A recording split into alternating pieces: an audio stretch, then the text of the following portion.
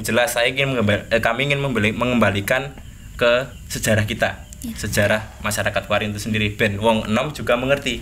Hari ini kita menanam, besok kita diskusi soal politik, terus besok lagi belajar baca tulis sama anak-anak gitu kan, nggak ada spesifikasinya, hanya teman-teman saja yang mau gitu.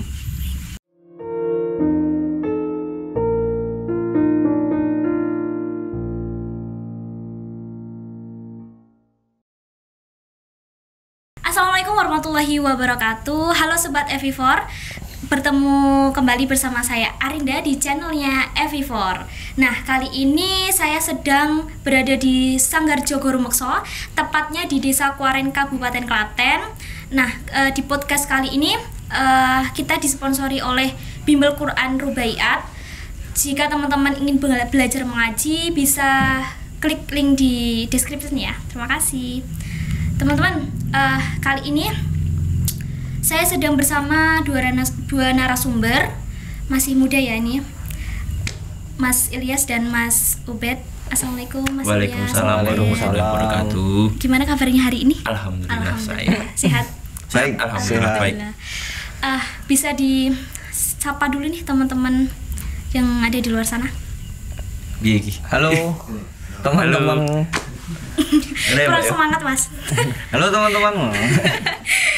Apa tuh ya kok? Ya sekarang gue mbak ya, tahu ya. Langsung saja, ini Mas, boleh diceritakan nih awal berdiri Sanggar Jogoromekso ini seperti apa? Mungkin bisa diceritakan. Mas Ilyas apa saya? Oke. Terus saya ceritakan sebenarnya awal mulanya berdirinya Sanggar. Sebenarnya kami lebih memilih kata selasar sih mbak, nggak sanggar. Cuma ya memang kalau segi pemaknaan masih mirip sih. Tapi juga nggak disebut sanggar juga boleh. Karena sebutannya banyak. Tempatnya wong edan ya bisa. Jadi fleksibel. Untuk sejarah sendiri, sejarah berdirinya tempat ini sendiri adalah yang pertama ketika tahun 2019 kami mendapat kesempatan untuk ikut dalam sekolah pemuda desa yang menyelenggarakan Komisi Pemberantasan Korupsi dan Kecil Bergerak, tepatnya itu di BPLM di Jakarta. Itu selama 3 hari dikasih pelatihan. Nah, sebelum bisa ikut sekolah tersebut, kami bertiga, saya dan Mas Ijo sama teman yang satunya lagi Mbak Mufid, itu merancang. Kan harus ada syarat proposal sih Mbak yang mau diajukan biar kan itu terpilih dari satu provinsi, itu diambil cuma 20 sampai 30% kalau nggak salah. Nah, yang dulu itu kita itu istilahnya memilih sebenarnya, lebih memilih kita harus ngajak apa sih? Kita mau meng-highlight apa sebenarnya di desa kita tuh pengen buat apa. Akhirnya karena di Desa Kuarin ini punya basic sejarah yang panjang tentang seorang tokoh pendiri desa, yaitu Mbah Jogoromekso itu sendiri, meskipun sejarahnya masih simpang siur, cuma itu sudah turun-temurun dari mbah-mbah kula, mbah-mbah Mas Ilyas. Itu Mbah Jogoromekso adalah pendiri. Jadi karena kita belum punya tempat untuk berdiskusi, belum punya tempat untuk ruang baca, belum punya tempat untuk setidaknya kita punya rumah lah sebagai organisasi kan, karena kami kan bernaungnya di keluarga muda di Kuaren, di komunitas pemuda itu sendiri. Akhirnya tercetuslah Selasar Jogoromekso. Mengapa Selasar? Karena Selasar zaman dahulu itu tempat untuk wong-wong kere dor bukan mbak, istilahnya ya, karena kita kan basicnya wong randit kabeh mbak sini. Jadi Selasar itu adalah sebuah tempat berkumpulnya orang-orang zaman dahulu, mesti yang dengan strata ekonomi yang rendah. Maksudnya bukan kita adalah harus termiskinkan apa piye ya, cuma lebih ke bahwasanya memasyarakat itu. Pengertiannya lebih luas daripada kita bikin beranda Jogoromekso atau gimana gitu. Tapi lebih milih Selasar Jogoromekso. Sebenarnya kata sanggar pun juga belum terpikir di kami. Jadi dari basic sejarah itulah kami bentuk Selasar Jogoromekso. Selasar adalah tempat untuk berkumpul, Jogoromekso adalah pendiri desa kami. Nah, kenapa disatukan? Disitulah yang pengen kami bangun ke depannya. Karena saya dan Mas Ilyas pun selama hidup berapa puluh tahun pun belum pernah mengerti sih, bukan belum terlalu mendalami sebenarnya sejarah kita sejauh mana sih. Mbah Jogoro Muksa yang katanya punya hubungan dengan Ki Ageng Gripik. Nah, disitulah kenapa terbentuknya. Jadi kita pengen balik kita boleh kaum muda, kita boleh berkelana kemanapun, cuma kan kita nggak boleh lupa dengan jati diri kita masing-masing. Makanya ada kata Jogoro Muksa itu sendiri. Dari Jogoro Muksa itu Mbah Jogoro Muksa itu memang tinggal di Desa Kuaren atau gimana, Mas? Karena saya bilang tadi pendiri desa, Mbak, jadi beliau itu semasa menuntut ilmu pada akhirnya melakukan perjalanan. Ini wong biyen ya, Mbak ya. Melakukan perjalanannya akhirnya dia amit sewu mungkin sakit atau bagaimana. Cuma secara detail kita nggak bisa tahu karena itu sejarah ya. Cuma sakit akhirnya dia memilih tempat ini untuk nek zamane wong dhisik ngomongin seren, Mas ya. Seren artinya apa ya istilahnya? Tempat istirahat. Maka namanya Kuaren. Jadi kayak nek dosa bosone lah. Istilahnya dari Seren, Leren sampai ke Kuaren. Nah, jadi Kuaren itu secara garis besar tempat lerene Sang Jogoro Muksa itu tadi. Nah. Kalau untuk sanggar ini memang tempatnya dulu itu memang di sini atau di tempat lain? Kalau tempat sebenarnya beberapa peninggalan ada, cuma bukan di sini tempatnya, karena kami memilih tempat ini karena memang berdekatan dengan makam beliau, yaitu makam di makam Dawung, beliau di makam di situ, jadi masih ada kuburannya, masih terawat dengan baik sampai sekarang. Jadi bisa dikunjungi. Bisa. Selanjutnya nih Mas, sanggar ini tuh berdiri sejak kapan sih? Berdirinya secara resmi ya, Mbak ya. Iya. Kita mulai bergeliat tahun 2019 kita berusaha mewujudkan itu selama hampir 1 tahun. Untuk resminya itu sekitar bulan Januari tahun ini. Januari tahun ini baru kita resmikan. Oke. Pertanyaan selanjutnya nih Mas, kenapa memilih membangun sanggar ini? Mungkin ada inspirasi dari seseorang atau ada alasan tertentu? Mungkin nanti Mas Yus bisa menambahin gitu. Jadi untuk alasan tertentunya sebenarnya kenapa Selasar, kenapa sanggar itu ya? Secara spesifiknya seperti itu loh. Iya. Nah, kenapa kami tidak, yang saya bilang pertama tadi kan, yang jelas kami ingin mengembalikan ke sejarah kita, sejarah masyarakat Kuaren itu sendiri. Ben wong enom juga mengerti. Nah, selanjutnya selain dari kata sanggar, karena memang di sini nanti harapan ke depan jadi wadah kreativitas anak muda di sini, Mbak. Jadi tidak cuma sekedar tempat baca tulis, tempat berdiskusi, tapi juga tempat berkreasi. Makanya di sini juga dilengkapi komputer, kolam lele di belakang. Mbak kalau bisa lihat di sana. Jadi biar teman-teman pemuda-pemudi Desa Kuaren bisa action gitu ya, Mas? Iya, jelas. Bisa menambahkan Mas Ilyas tadi monggo. Yo hampir sama, karena apa ya, Mas Ubed ini kan kepala sukunya ya. Jadi nggak jauh-jauh lah saya sama Mas Ubed. Tapi yang perlu di highlight adalah bahwa tempat ini sebenarnya hanya sekedar platform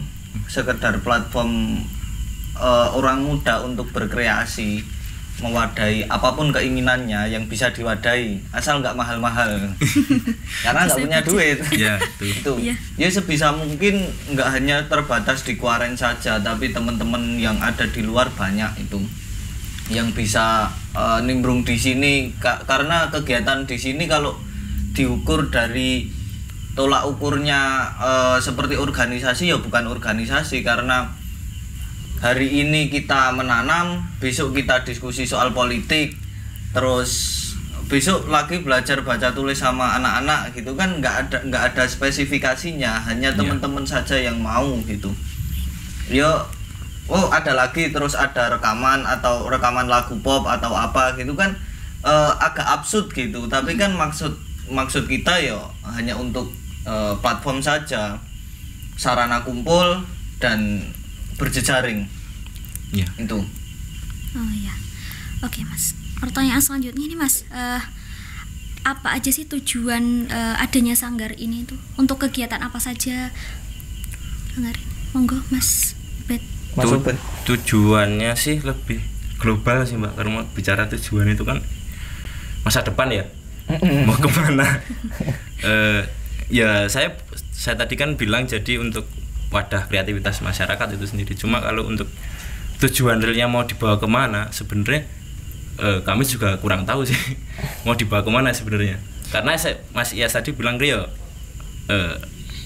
menjadikan tempat sebagai tempat, dan ya di situ cuma tempat. Pada akhirnya tidak ada sesuatu yang mengikat di situ Mbak sebenarnya. Kalau tujuan akhir kan kita harus punya program bla bla bla. Sedangkan kami tidak punya program sebenarnya. Berarti dari awal memang belum dibentuk visi dan misi nggih, Mas? Ada Visi dan adanya misi. ada di logo. Itu saya Angkor bukan metal saya. kita bu ya. Berarti nggak terlalu resmi nggih. Iya, Iya. karena isinya ya wong edan-edan Mbak soalnya. Jadi nggak serius-serius amat lah di sini itu. Yo, ketoknya visinya keren ya toh, sebagai tempat yang bersih dan lampunya terang gitu kan. Agak puitis ya. Itu dari Iya, Gunawan betul. Muhammad. Di isainya itu. Ini Mas, saya penasaran nih sama program-program yang ada di Sanggar Jogoro Mekso ini. Mungkin dari pemuda atau pemudinya terfikir untuk mengadakan program-program ini, Mas. Monggo. Saya dulu mungkin Mbak. Ya. Iya, monggo. Mungkin seperti ini. Jadi berangkat kita adalah dari visi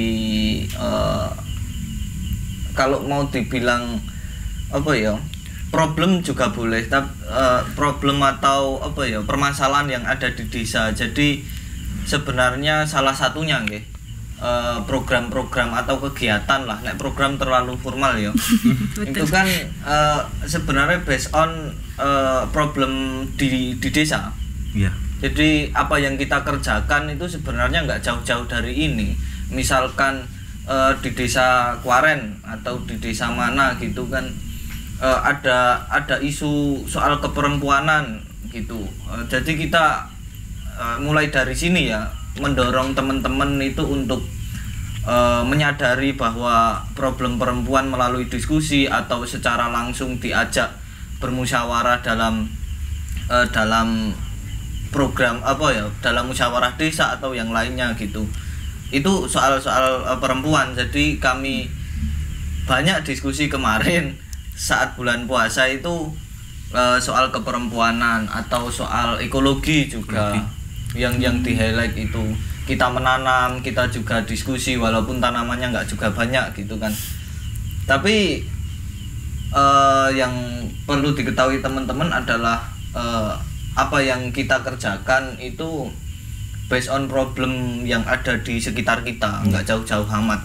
Kita juga siapa gitu. Jadi kesimpulannya problem dari desa, gimana Ya. caranya kita bisa mencari solusi gitu ya? Iya, sekuat dan semampu kita gitu. Karena Baik. katakan solusi juga tidak bersolusi sebenarnya. Ya ini saya garis besar sih itu coba. Iya. Jadi ini mau pertanyaan ini Programnya. program ya. Iya. Tahu mas ngomong program ya. Cuma kalau untuk ngomong program apa kegiatan ya? Ngomong program ya anu ya. Kalau program kan lebih formal katanya Mas Ilyas tadi ya. Lebih Soalnya aku birokratis. tidak menganggap Kegiatan aja Mas, kegiatan Iya kegiatan yang ya. lebih sering dia diselenggarakan oleh anggota dari Sebenarnya untuk Sanggar. jadi punya program apa enggak sih? Sebenarnya sudah beberapa banyak sebenarnya kegiatan sudah dilakukan selama jelang Januari sampai bulan apa ini masih? Ini sekarang. September. Sekarang ya September September, amat ya. kali bulan nih kerja terus. Nah itu jadi ada beberapa program sih, antara lain termasuk bedah buku. Kami juga mengadakan bedah buku di situ. Waktu puasa itu 30 hari itu terselenggara sekitar hampir 12 kali 12 pertemuan. kali pertemuan. Ya sebenarnya bukunya juga nggak buku-buku yang kayak bahasa Inggris apa enggak, Mas. Cuma buku-buku yang novel-novel kecil. Kadang Mas Ilyas dengan kitabnya, dengan kitab apa kayak apa lagu sini.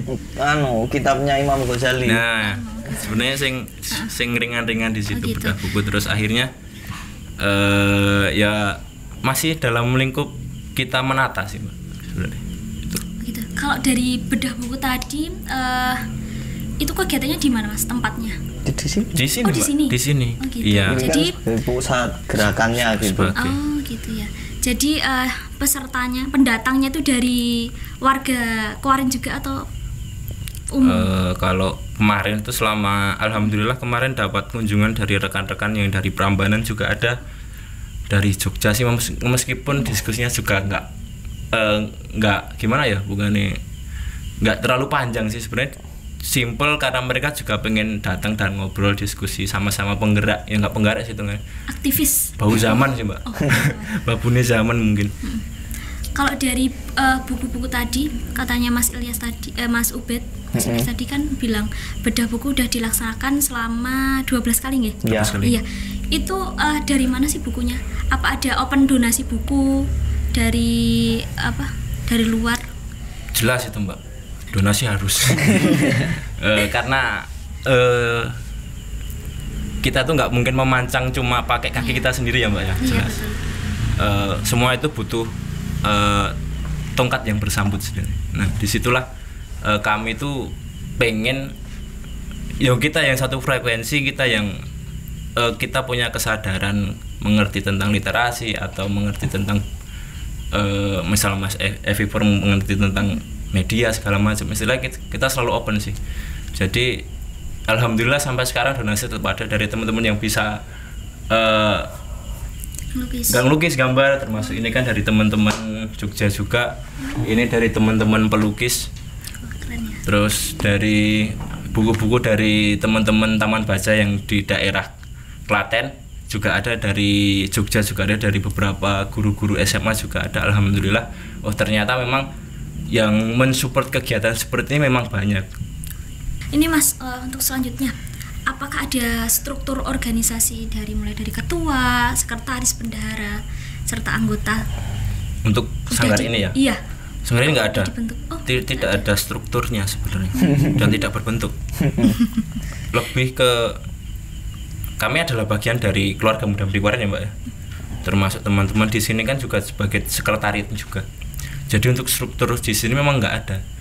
Cuma pada akhirnya kan semua itu yang ada di sini terbentuk karena spontanitas sih sebenarnya.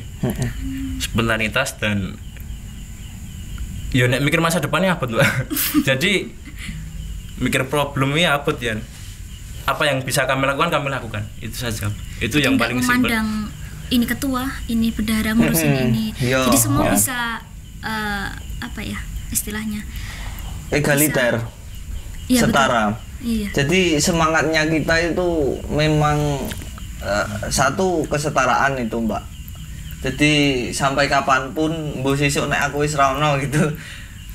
Di sini mungkin nggak akan ada struktur dari atas ke bawah seperti komando gitu ya, karena itu menurut kami itu sebagai apa ya,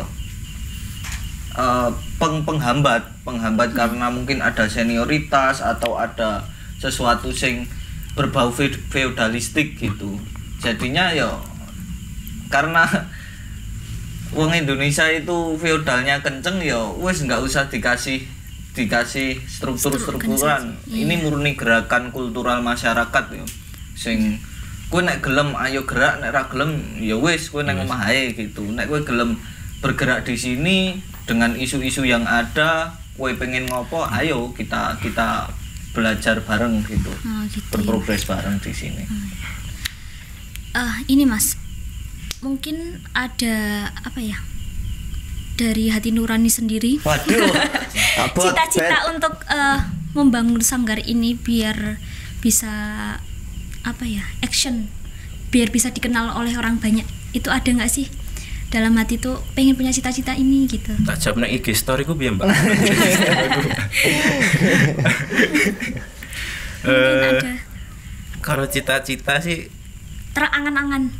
ya kita nggak mau memungkiri bahwa kami juga manusia sih Mbak. Waduh. Punya Pasti harapan di punya, masa depan. iya, betul. Ada sih, ada harapan di masa depan. Cuma pada akhirnya sih saya nggak mau lebih dalam menelusuri masa depan itu sendiri. Cuma saya lebih berpikir sih sebenarnya pada akhirnya kita punya roh wong desa itu ada. Jadi karena memang kita beberapa pertimbangan kenapa kita membuat Selasar adalah salah satunya lokasi kita berdekatan dengan kota, tapi juga masih dianggap desa.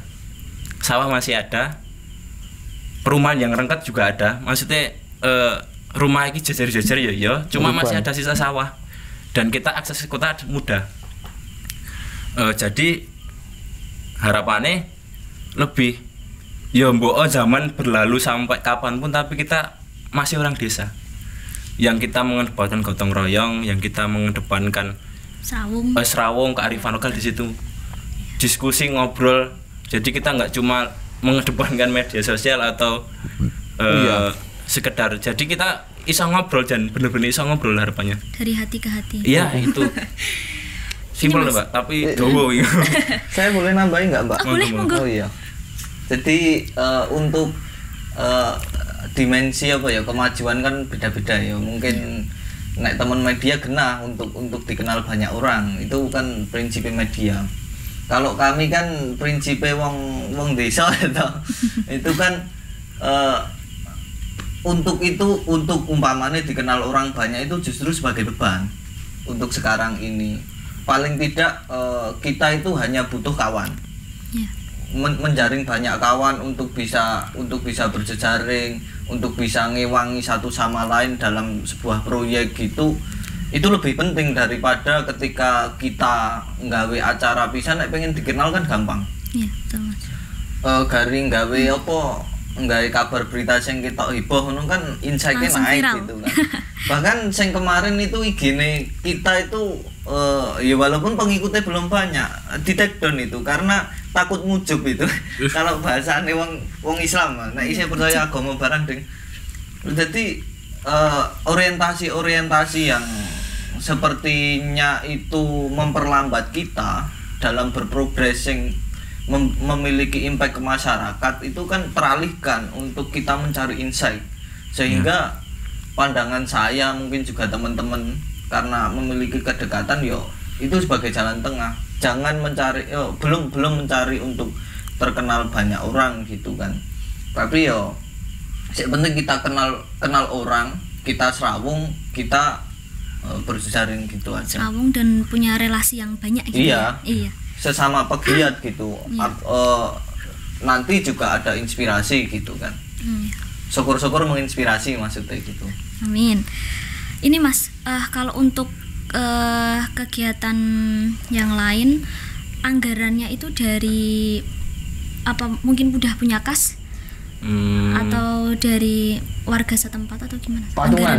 Masih patungan. Dan karena untuk masakan kita belum ada kayak program sih bener-bener konsisten itu Mbak. Maksudnya ya memang kita nggak pengen punya program yang konsisten sebenarnya. Jadi untuk nyari kas itu enggak sih, karena ya apa yang alami itu lebih menarik menurut kami gitu ya Mbak. Gitu ya. Oke Mas. Selanjutnya nih Mas, apakah ada gerakan atau semacam kegiatan yang diselenggarakan dari para anggota Mas? Gerakan? Iya.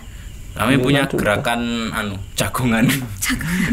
Enggak sih, sebenarnya ya gerakan secara tagline besar, apa gerakan secara apa yang kami kerjakan setiap hari atau bagaimana sih? Gimana Mas? Istilahnya itu gerakan yang paling menonjol dari sanggar ini. Selama ini ya, selama berapanya yang paling ini secara real ya masih ya. Secara real pas pembukaan kalau nggak salah itu lumayan gede juga, kita kolaborasi dengan teman-teman dari Kecil Bergerak juga. Kita mengadakan sekolah desa, sekolah tentang ya masalah desa ini. Dan yang ngisi rekan-rekan kita juga Gus Ansori yang dari Jatinam juga itu termasuk lumayan gede sih. Di waktu corona kita harus online, padahal pengennya ngumpul tapi kita online bisa ngobrol diskusi bersama dengan rekan-rekan yang ada di penjuru negeri sebenarnya, dari Kalimantan juga ada, dari yang lain juga ada. Antara offline dan online pasti sensasinya beda. Beda banget itu, Iya, Mbak. Mbak. Iya. Sebenarnya yang jadi andalan itu untuk gerakan anak muda itu sendiri, Mbak. Iya. Entah apapun itu bentuknya, karena kekhawatiran kekhawatiran orang-orang tua itu, generasi kita yang sebelum kita itu kan lunturnya apa ya, ikatan-ikatan sosial dalam masyarakat, sehingga orang itu cenderung individualistik, seperti kekota-kotaan lah. Wong tua kan nganggep dewe kan individualistik. Iya, betul. Dan wah kehilangan jati dirine sebagai orang desa ngono kan.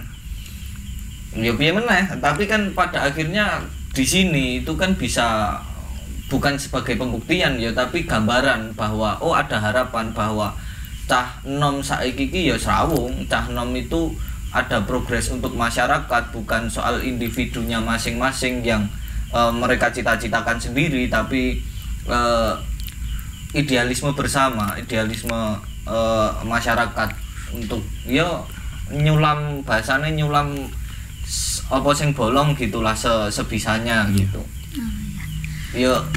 Wong nom gitu sing paling entah itu teater, entah itu desain, entah kami tidak membuat segregasi di situ, perbedaan di situ. Mbuh apa ya jenenge kegiatan ini ngundang banyak orang atau enggak, karena mindset kita harusnya partisipatif, enggak membedakan lain-lainnya gitu, program lain-lainnya gitu. Untuk terakhir ya Mas, mungkin ada pesan-pesan yang ingin disampaikan untuk teman-teman yang nonton nih. Bisa dimulai dari Mas Ilyas dulu atau Mas Ubed dulu? Monggo. Mas Ubed dulu. Pesan saya kepada teman-teman yang melihat kami berdua, meskipun sedikit senam jenengan nggak apa-apa. Yang penting jenengan sehat selalu, udah itu aja. Nggak ada pesan. Pesan GoFood aja kalau punya uang. Udah gitu aja, Mbak. Nggak ada nih, nggak ada yang mau disampaikan ini. Mereka itu bisa sampaikan loh, Mbak, menyelesaikan itu, Mbak. permasalahan sendiri. Kita bukan siapa-siapa yang bisa ngasih pesan itu. Atau mungkin ada kata-kata motivasi Mas buat teman-teman. Bisa nih. Teman-teman mana ini? Teman-teman yang nonton. Cukup Mas Ubed saja ya, Mas. Rasa aku memotivasi diriku aja Mas. Apa ya? Nggak apa-apa. Satu patah kata atau dua patah kata.